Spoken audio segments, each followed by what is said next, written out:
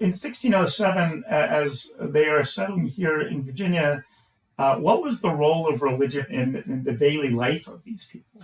I mean, it's not something you just do once a week. Yeah. I mean, at best, what you see in probably the United States is, well, John is a reverend, you probably see people you only see twice a year.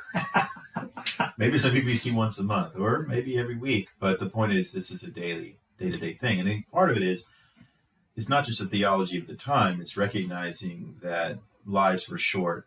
Life was seen as cruel and short, and people were looking for the hereafter. In many ways, there's a philosophy.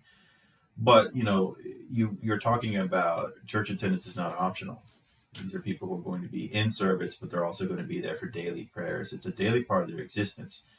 There's not this wall of separation between the civic world and the religious world that we now have post-Enlightenment in the United States. This is pre all that. So I think it's very important that in many cases, Reverend Hunt's not just your spiritual leader, he's also one of the most educated people here. He's someone who has also political voice. Keep in mind that, we're the people that we find buried in church chancels at Jamestown. They're either knights or captains or ministers. That shows you education level, social level, high on the ladder, someone who was a man of faith would be. That shows you the day-to-day importance of faith in their lives. So if I failed to attend worship service here at Jamestown, what would a possible penalty be for that? There's definitely punishments listed. We're talking a lot of times in the laws, divine, moral, and martials. You can be punished. I can't remember exactly. It was in some cases some rations are cut. I know the punishment was corporal, I think, on your third offense. But church attendance was mandatory. It's not just for spiritual matters. It's also where important announcements are made. It's also a sign of discipline and control.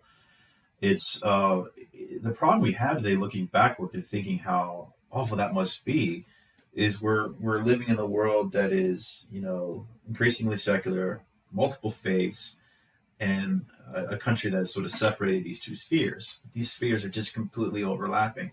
So in many ways, not attending church is not just, oh, you're a backsliding Christian. It is sort of, you're against the king, you're against the country, you're against the mission, you are against the group, the unit.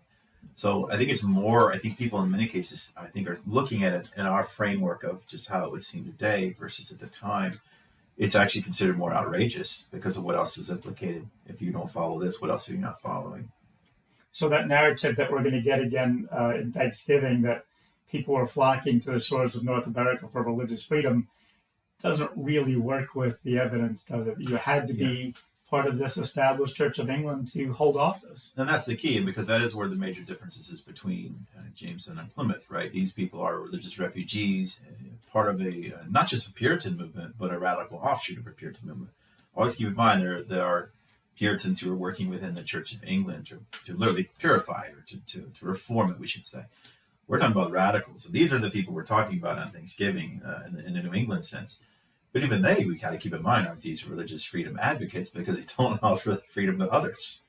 I had ancestors that were Quakers who went to Plymouth and found that out by mistake as they were chased out of that colony. So that religious freedom was for themselves, not for others. Now, in the Church of England, you have to always keep in mind, right, the head of that church, as you know, John, is the king. He's King James. James the First of England, James the Sixth of Scotland. An interesting choice, Catholic mother, raised by Presbyterians. Church of England might feel just right to him.